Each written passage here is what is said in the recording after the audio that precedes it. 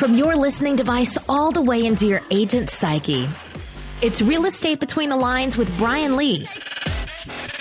Teaching you things you didn't know you needed to know to help you become a legendary agent and turn your clients into raving fans.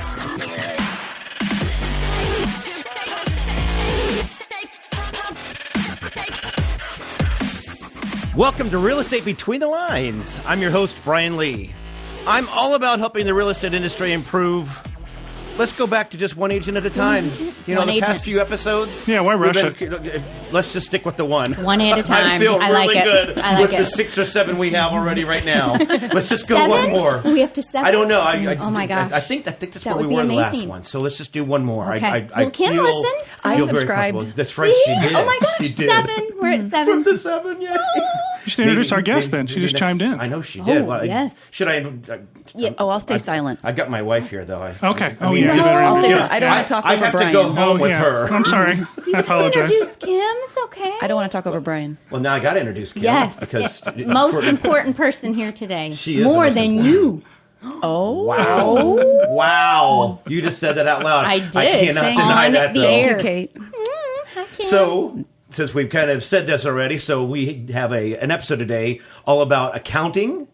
Yes. Are you guys ready? Are you Oh diving my into gosh, this? there are It's gonna be so fun. It's many like, awesome things don't going tune on out in yet. accounting. Don't tune out yet. I promise. I promise it'll be okay. That's accounting applause. Go ahead. So we have brought in one of our most favorite people in the world. Genuine. We love this lady, the beautiful, lovely, talented Kim Storen with Storen Financial. Kim, welcome to the show. Brian C. Lee, how are you? I'm very fantastic. Thank you. I'm pretty excited to be here. Thank you for being here. We love having you. And you know, when Brian called me and asked if I would talk about taxes, I go, oh my gosh, there's so many exciting things going on in taxes. He goes, really? Seriously? Is there? But we're selling it. You're selling it. That again, for people that were like, I don't know about this episode, taxes. Like you just said, it's going to be so exciting. Man, the world of taxes right now. So with us as well, too, of course, everybody knows Kate, my lovely co-host and bride and tolerable person. Partner in life and Partner. business. Yeah, How about exactly. that? And then to my left, we have, who's this guy? I can't The remember. famous, The the awesome, one, amazing. the only who has a drink named after Yes, him. the producer Christian. The producer Producer Christian. That's right. Non-alcoholic. Allegedly. At least during recording. So today we're getting into a little bit about accounting, about taxes. And again, it probably is a boring subject, but as agents, we always have to remember one of the things that we've talked about in here on a few episodes is that we're running a business, guys. Yeah. We're running a business, and whether we do it intentionally or not is a whole other topic. The IRS says we want to watch what you're doing. So there's a good way to do this, and that is to listen to maybe what Kim says or what your preferred CPA might guide you on Kim with your Storen. taxes and all that stuff. Again, Kim Storen, absolutely 100%. Or you could say, you know what, hey, whatever, it's not a big deal. You know, maybe I got this tax thing, I've got some money, maybe saved, I'm good, and totally get screwed over. Yep. So it depends on how you want to do it. Kind of your choice. It is. I mean, you pick your poison there, just like when I married Kate, I picked my poison. He called me poison. Oh, that's okay. I picked Kim too, and Christian as far as that's concerned. So you are all good poisons to me. It's like, Good recovery, Brian. Sure. let me dig that hole a little bit more. So today we're going to be talking about end of year stuff. Kim's going to kind of help us, guide us through things that we're recording this episode at the end of the year. I know this might be an evergreen episode, but certainly things that you can prepare for throughout all the year, but specifically that maybe things that you haven't done yet, or if you have been doing that kind of get prepared for end of year stuff, things like that. So we're inviting Kim. Kim, though, I introduced you, but we want to hear more about you. Tell us about yourself. Tell us, I mean, you're, 29 now? Like going almost 30? Well, I know Kate turned the big 40, so I actually just turned the big 50, and I really wanted to be on episode 50, but you invited me a little early. So maybe I can come back for 50. That is a deal. Well, we've actually lined out episode 50, and completely unintentionally, it's around my birthday. Oh. It's like at the end of November, first part of December, so it actually worked out. So maybe we can have you back. We'll just have you on as a special guest for a moment, That'd just be to say great. the Yes. celebration of the 50s. I like it. Realtor clients are awesome. Mm-hmm. Sometimes they tend to all be a little bit the same, where I have a lot of realtors that don't file until October. Nice. And they owe a lot of money. Uh-huh. And so they're paying their taxes with the next year's money. Great. That always makes sense. Gosh. And they always go on payment plans. So I'm so proud. I have one client, just one, only one. Me. No, not you. Whatever. I do it right. Now I will say Brian and Kate file on time and pay their tax. That's so, because of Brian. Yeah. That's not because they of do a good me. job. But I think, Kate, actually, you were one of the ones, weren't you? One of the ones that would pay. Okay, sorry, go ahead. They Kim. actually pay on time. So that's good. I have a client as a husband and wife realtor, and they always filed in October. They always owed $30,000, $40,000, $50,000 in taxes, and they were always on a payment plan. Now, after 6 years, I have them actually filing on time. Oh my Wow, it goodness. took 6 years. File by April 15th. I am so proud of them. That is awesome. And they actually pay their tax by April 15th. Nice. Yeah. The next step would be to have them pay estimated taxes through the year Through the instead year, of owing yeah. it all on April Yeah. 15th. But we'll get there. Yeah, that's Progress. But I do have a new appreciation for realtors because we just kind of went through a little episode where we almost sold our house.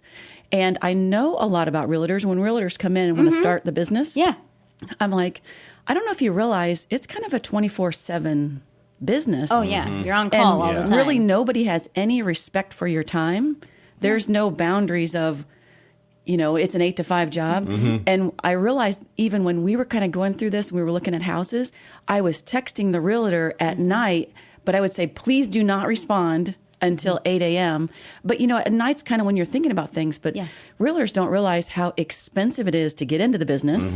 Oh, yeah. Because you may have 3 or 4 months before you make your first dollar. Exactly. And you've got MIBOR fees and Advertising agency and- fees yeah. and advertising and cards and signs. And I think some people get into it thinking, oh, I get to look at houses. Yep. And that's very little. And That's a little piece and of to it. your point, exactly. There's a lot of initial cost, like you're saying, and coming up with that money before you've even made anything, and then working for 2 or 3 months without any income, but still having your own personal expenses. You still have a mortgage. You still have a mortgage, utilities and yeah. groceries and all that stuff. So it's almost like starting a job and not getting paid for 6 months. isn't that fun? And if you told somebody that up front, they said, hey, you're going to start this job, but I'm not going to pay you for 6 months, they would be like, And no. you have to pay to get started. And you no, have they'd to be like, pay to- no way.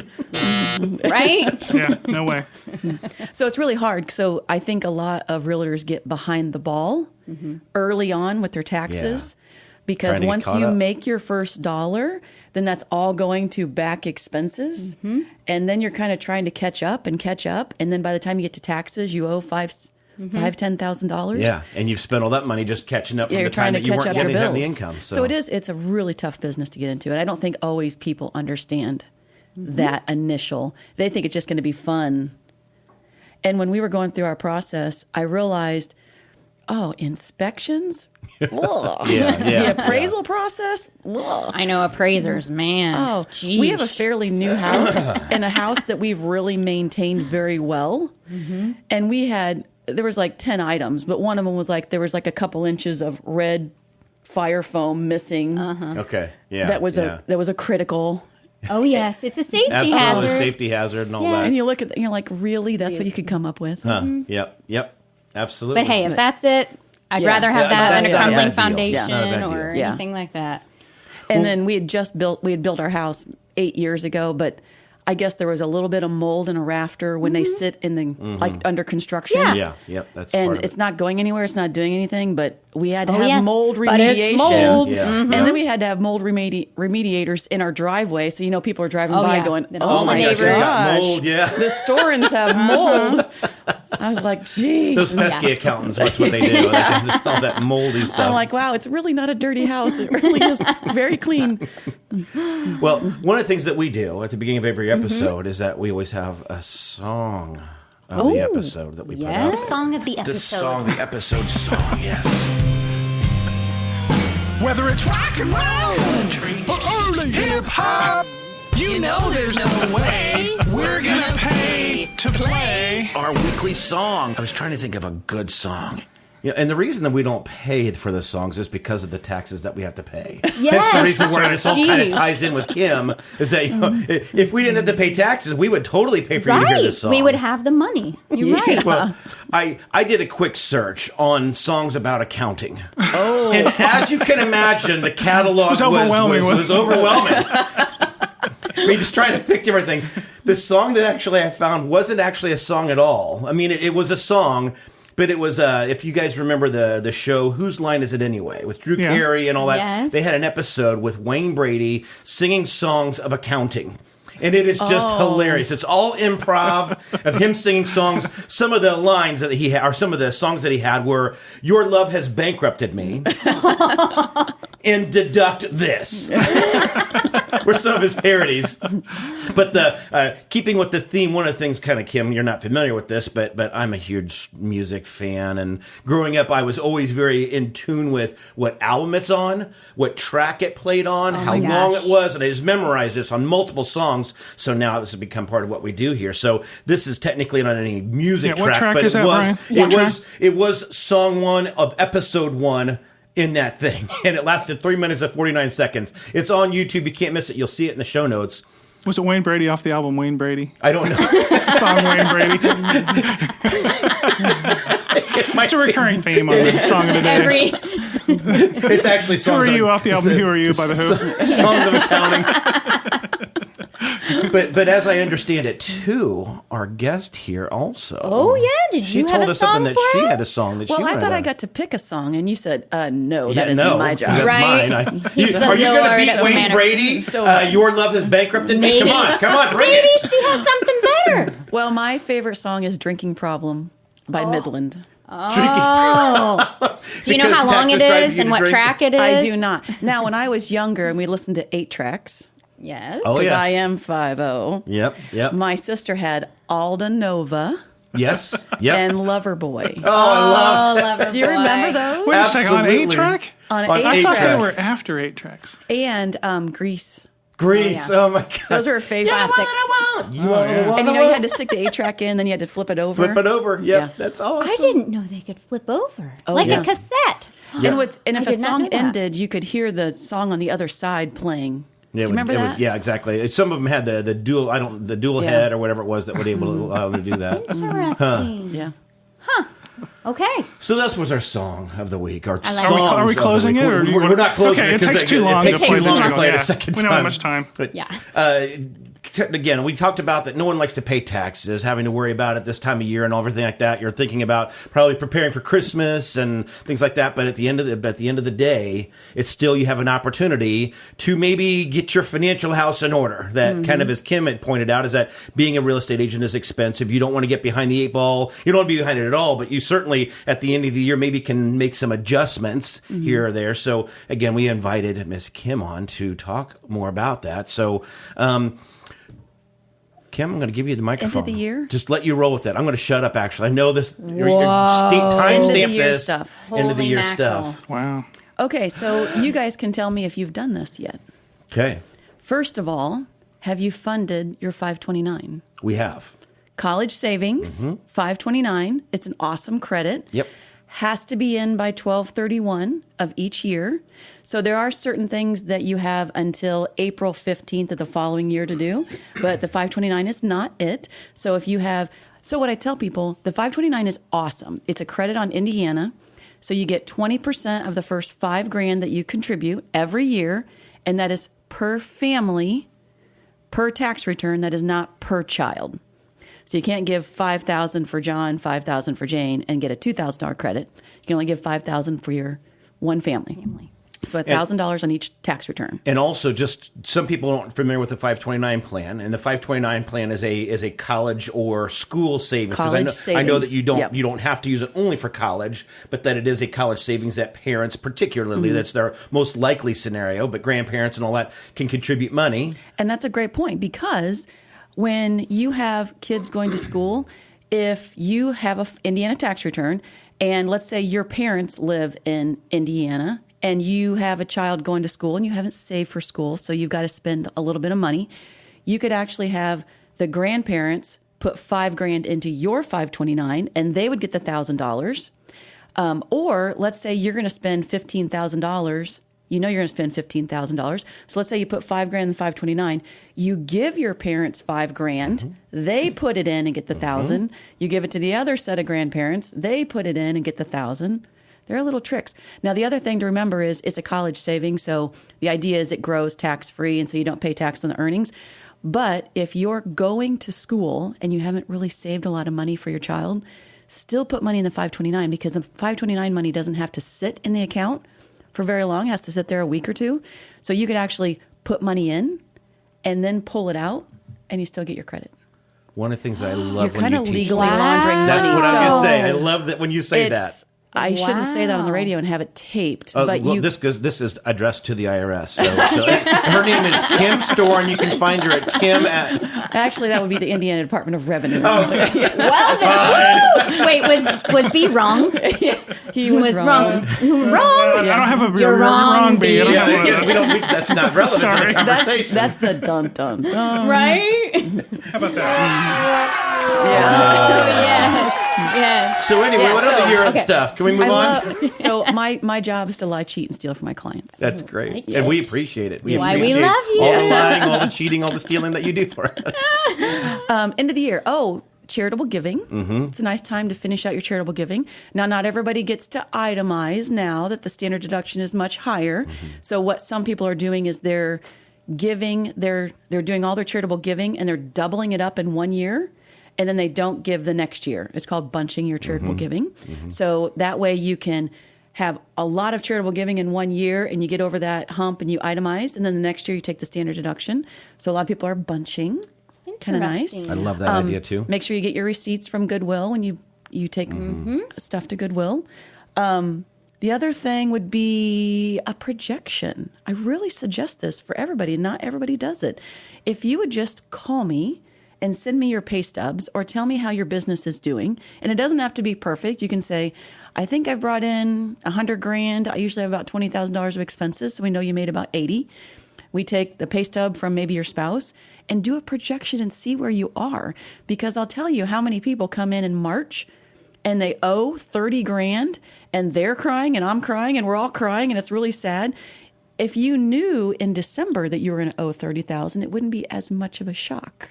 And you could prepare for it because you know that it's due by, like you said, March, April, whatever. And saving between November, December, and March is a lot easier to save $30,000 than it is. Okay, it's March and it's due in a month. So it's one thing to be shocked in November, December, and knowing you got a little bit of time, versus being shocked in March, April, and knowing it's due in a week or two.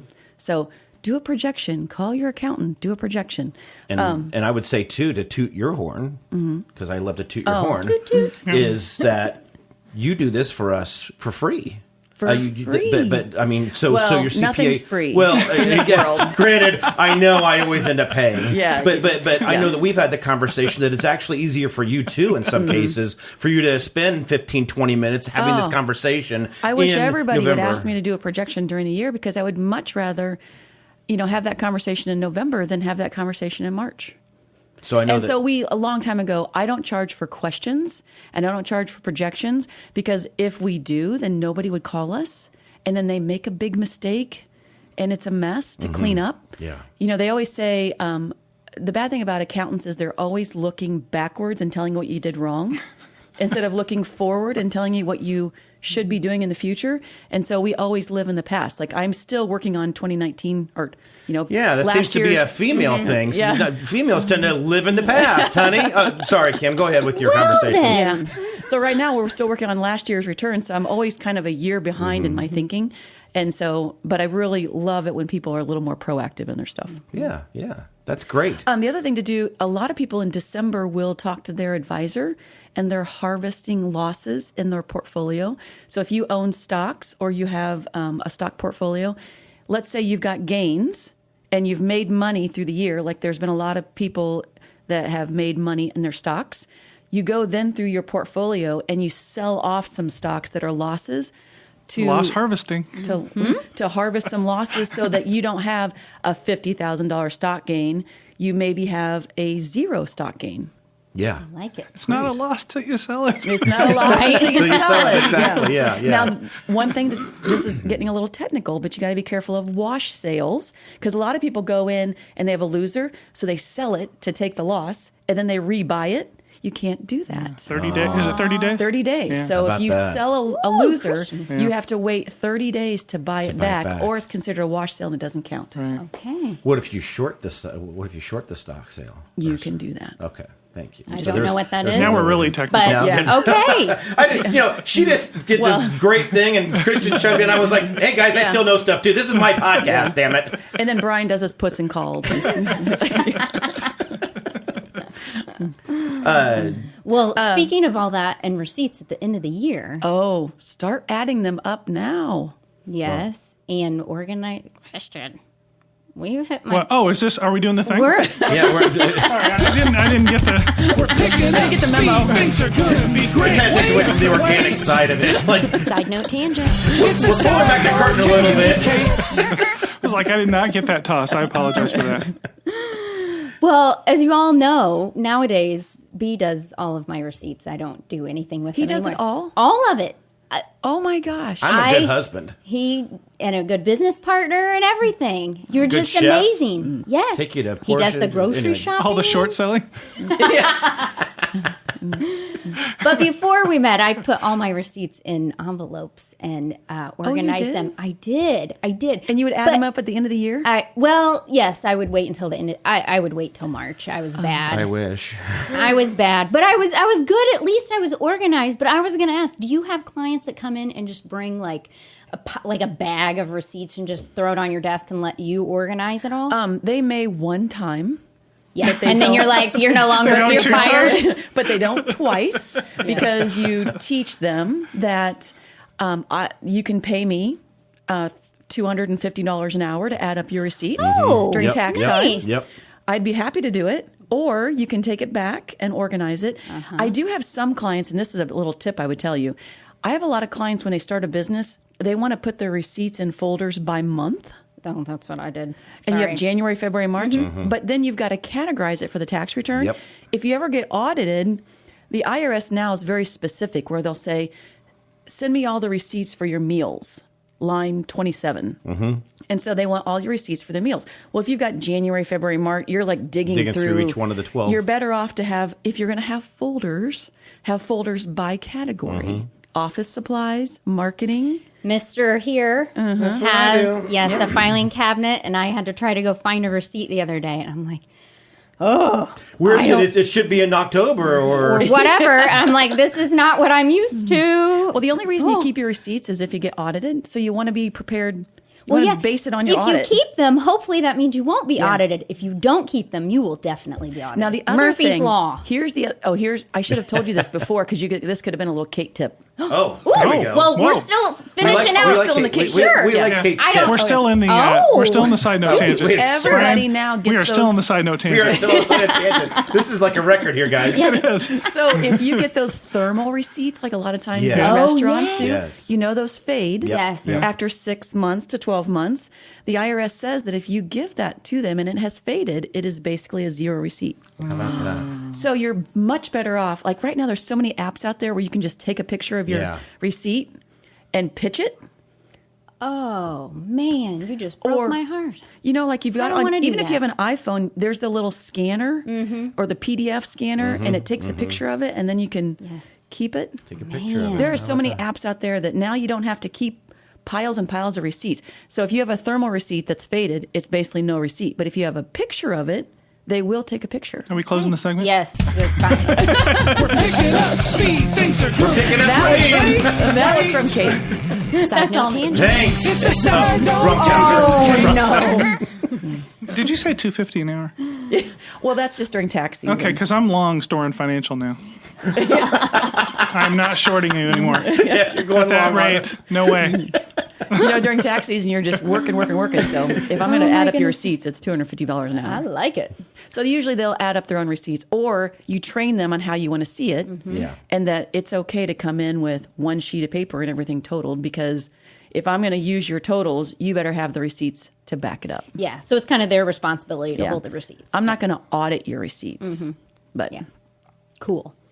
Is there changing gears here? Yes. Unless you have Back something else on you want to interject. tangent? Wait, are we get- still doing the end of the year? Well, we are, but I was going to, but go, please go ahead. Because my question is that, why don't you go ahead, actually, before I jump into my next question? End of the year stuff. Yeah.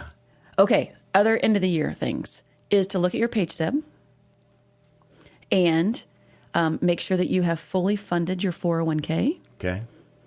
or your work retirement, because you want to get that in before the end of the year.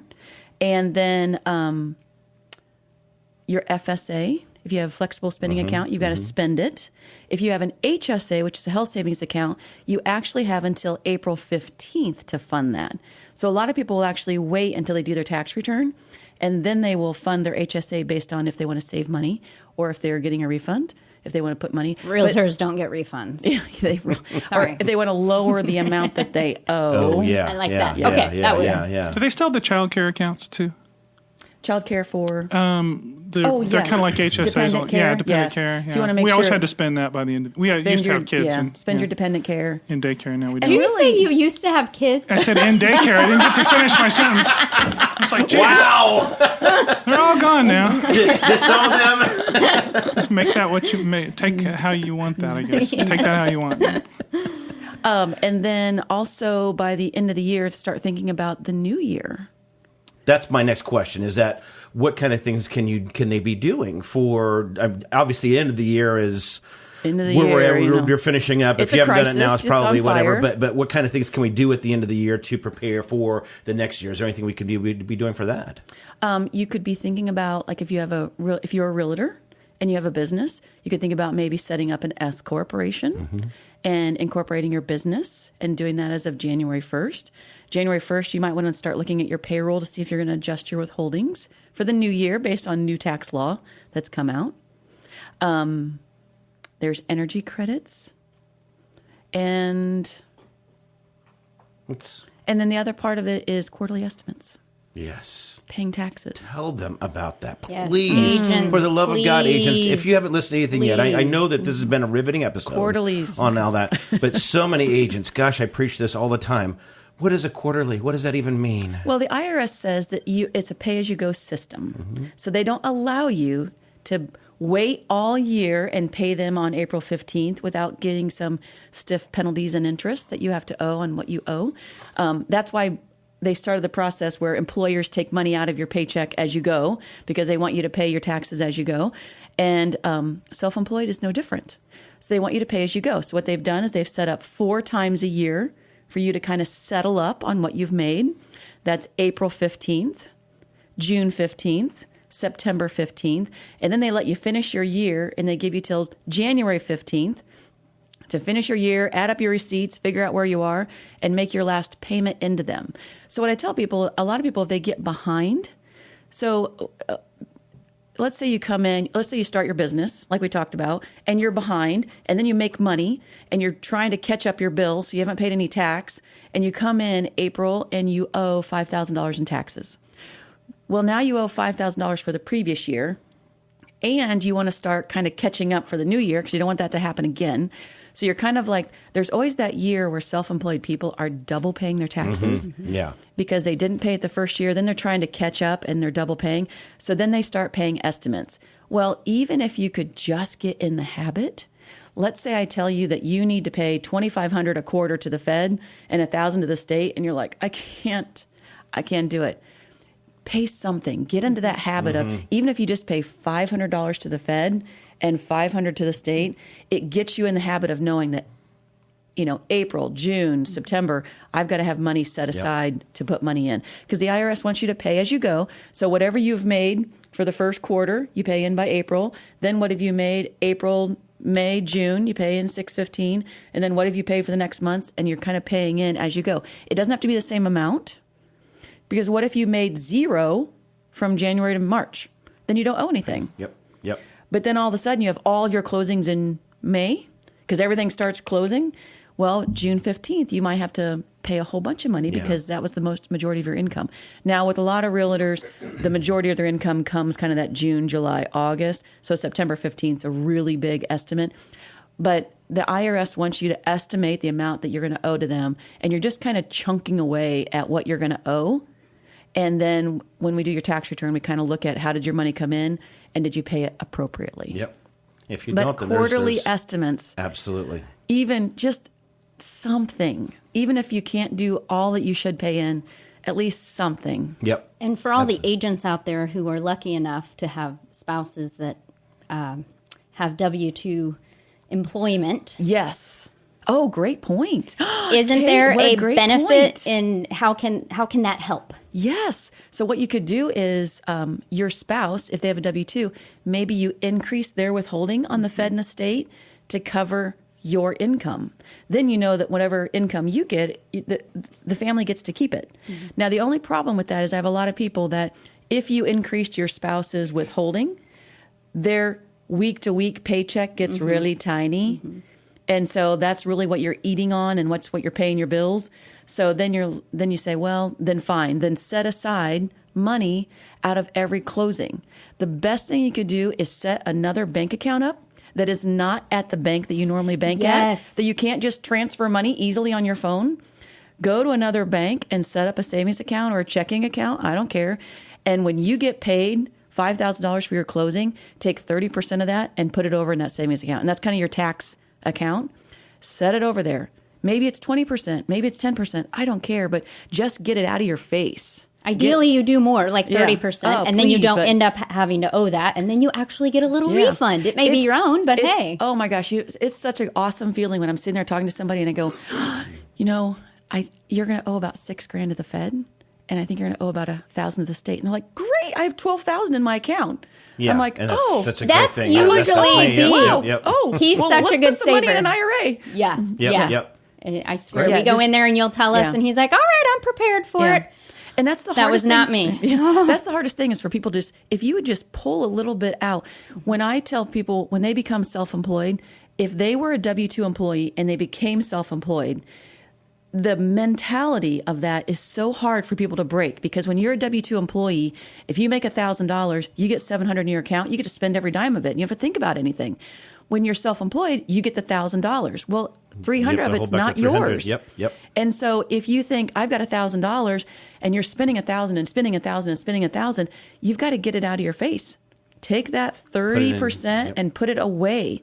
Yeah. Even though you're like, I'm behind on my mortgage, I got a credit card bill, I got daycare. I know there's a lot of stuff coming, but taxes taxes supersede a mortgage. Yep, exactly. Does not go away, and they are not kind. Yeah. So do not play games with your taxes. Absolutely.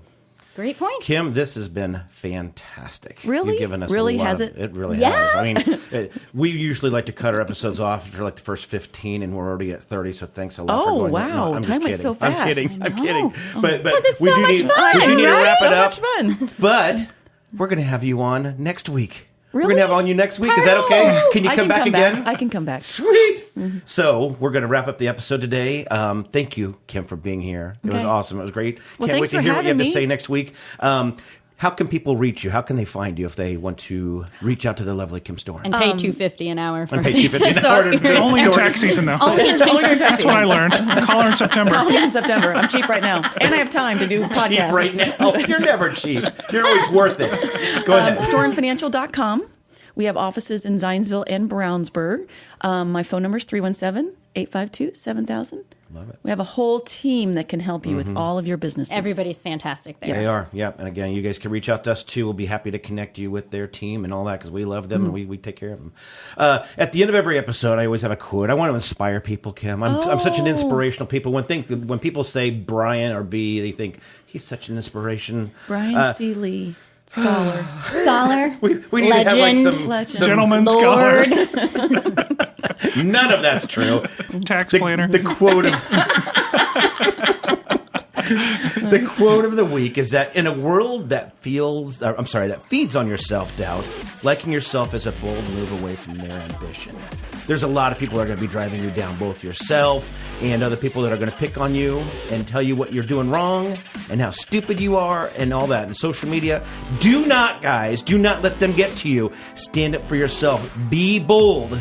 Believe in yourself and say F you to them, essentially. That you're saying that their ambition is to bring you down. Don't let them. have the faith, have the love in yourself. Take that bold move, and you are going to rock it. So that is it. Get rid of those haters. Closing up today again, thanks, Kim, for being here. We will see you next week. Guys, reach out to me at brianseeley.com. That's where you're going to find me, and we are going to rock it. Take care, and have a legendary day. You've been listening to Real Estate Between the Lines with Brian Lee. If you'd like to learn more about becoming a legendary agent, be sure to visit us at brianseeley.com and sign up to hear about upcoming workshops and events. Now go out there and turn your clients into raving fans.